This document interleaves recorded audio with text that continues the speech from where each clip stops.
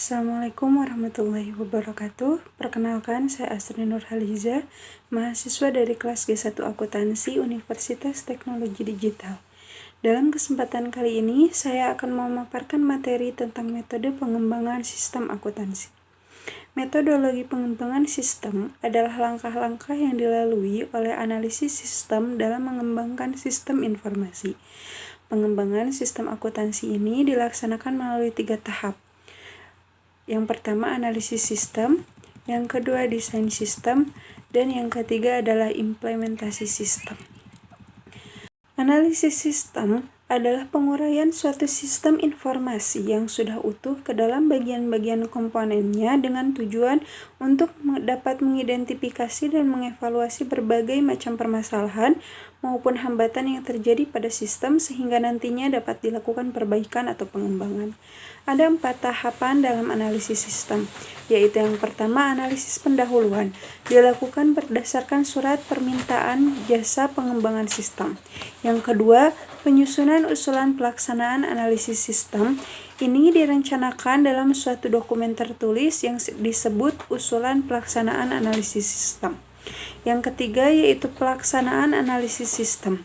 Berawal dari mempelajari laporan dari sistem akuntansi yang sekarang untuk menemukan informasi yang diperlukan mengenai unit organisasi yang terkait, formulir yang digunakan, sistem otorisasi dalam pelaksanaan transaksi, catatan akuntansi yang digunakan untuk mencatat transaksi, dan prosedur pelaksanaan transaksi. Tahap yang keempat yaitu sumber informasi dalam analisis sistem adalah sistem akuntansi yang digunakan sekarang untuk dikembangkan dan diperluas sistem akuntansinya. Teknik pengumpulan informasi dalam analisis sistem itu dilaksanakan dengan cara wawancara, kuesioner, metode analisis kelompok, pengamatan, pengambilan sampel, dan pengumpulan dokumen. Penyusunan laporan hasil analisis sistem ini berisi temuan-temuan yang diperoleh oleh analis sistem seperti pernyataan alasan yang mendasar, daftar masalah, pernyataan persyaratan informasi dan asumsi, proyeksi sumber daya yang diperlukan, serta rekomendasi sistem yang diusulkan. Dokumen yang berkaitan dengan tahap analisis sistem itu adalah laporan analisis sistem dan usulan pelaksanaan analisis sistem. Yang kedua yaitu tahapan desain sistem adalah proses penerjemahan kebutuhan pemakaian informasi ke dalam alternatif rancangan sistem informasi yang diajukan kepada pemakai informasi untuk dipertimbangkan.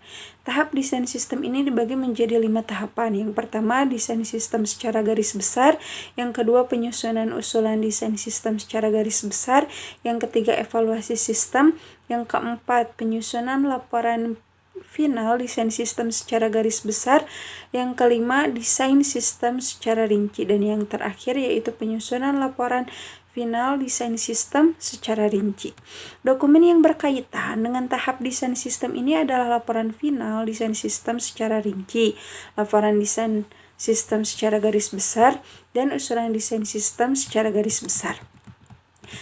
Tahapan yang terakhir yaitu implementasi sistem. Implementasi sistem adalah prosedur sistem yang dilakukan untuk menyelesaikan perancangan sistem yang telah disetujui seperti menguji, menginstal, dan memulai menggunakan sistem yang baru atau sistem yang diperbaiki. Metode yang berkaitan dengan tahapan ini adalah laporan final implementasi sistem.